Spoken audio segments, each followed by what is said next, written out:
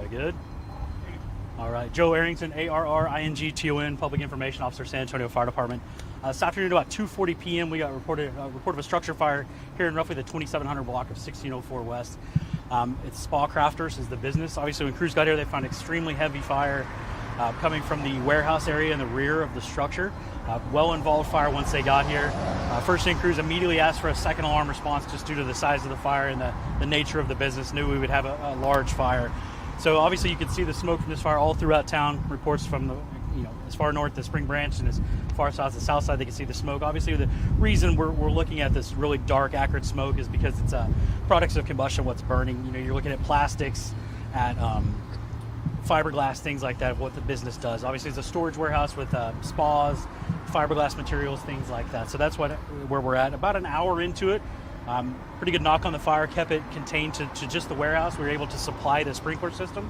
Crews did a great job thinking ahead, supplied the sprinkler system inside to keep the fire from spreading into the showroom portion of it. So the fire was contained to the warehouse, and then several vehicles on the outside of the building as well burned up. That obviously leads to, vehicle fires obviously lead to the to that black acrid smoke everyone could see. The main issue around here, obviously, traffic is crazy. This part of town is obviously always gonna have traffic. This obviously made it worse, having to close down the access roads. The smoke was thick. We know there were some concerns from residents about the smoke in the area. Fortunately, most of the smoke was going straight up. A lot of it did kind of settle down onto 1604, but no reports of any breathing issues or anything like that. Well, we obviously ask everyone to avoid it. If you can stay out of that smoke, please do.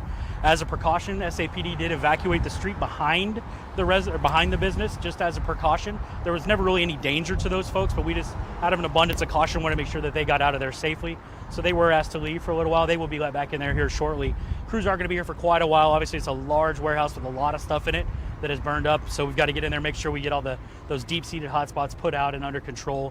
Then our investigators will get in there and try to determine exactly how and where it started. Obviously, with this amount of damage in there, that is difficult to say. So, but they're working with the building owner and trying to figure out exactly where and how it started.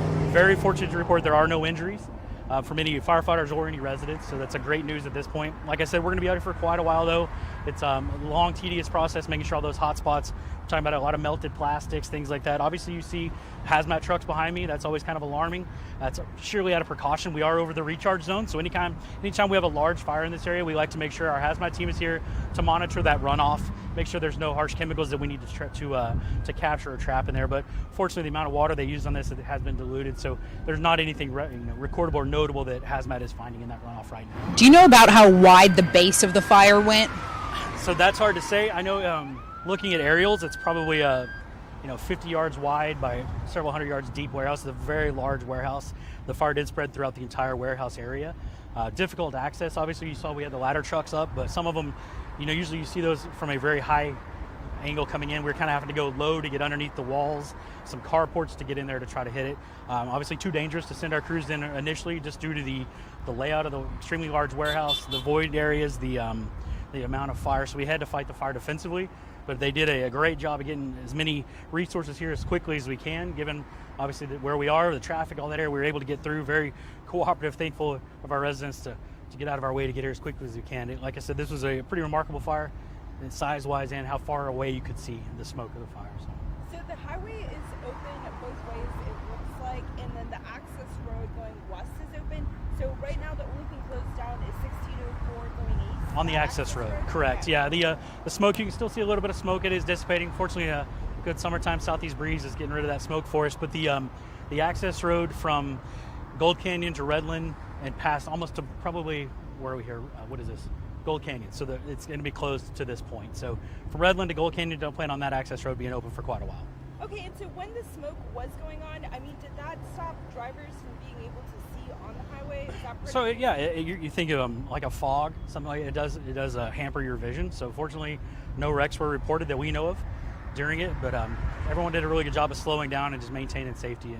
And there is no safety precautions for homes because there is a huge neighborhood behind there. There's no chemical alerts or anything like that. No, like I said, we did preactively evacuate the the first row of homes right behind it so that they were evacuated. SAPD helped us out with evacuating that as a precaution. The fire was never moving in that direction and the smoke was moving away from it. We just wanted, those were the nearest residences, so we wanted to make sure that they were evacuated. What's your recommendation for the people will who be. are still there because there's still smoke coming up?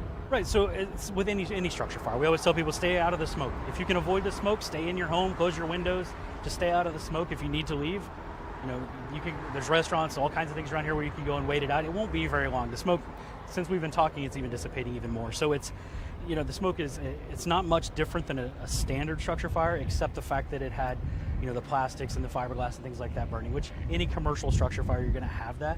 Fortunately, a strong enough wind is keeping it moving. It's not settling too much in one space for an area. So avoid the area, avoid the smoke at all costs, but, you know, it's not anything that's going to be extremely alarming to us.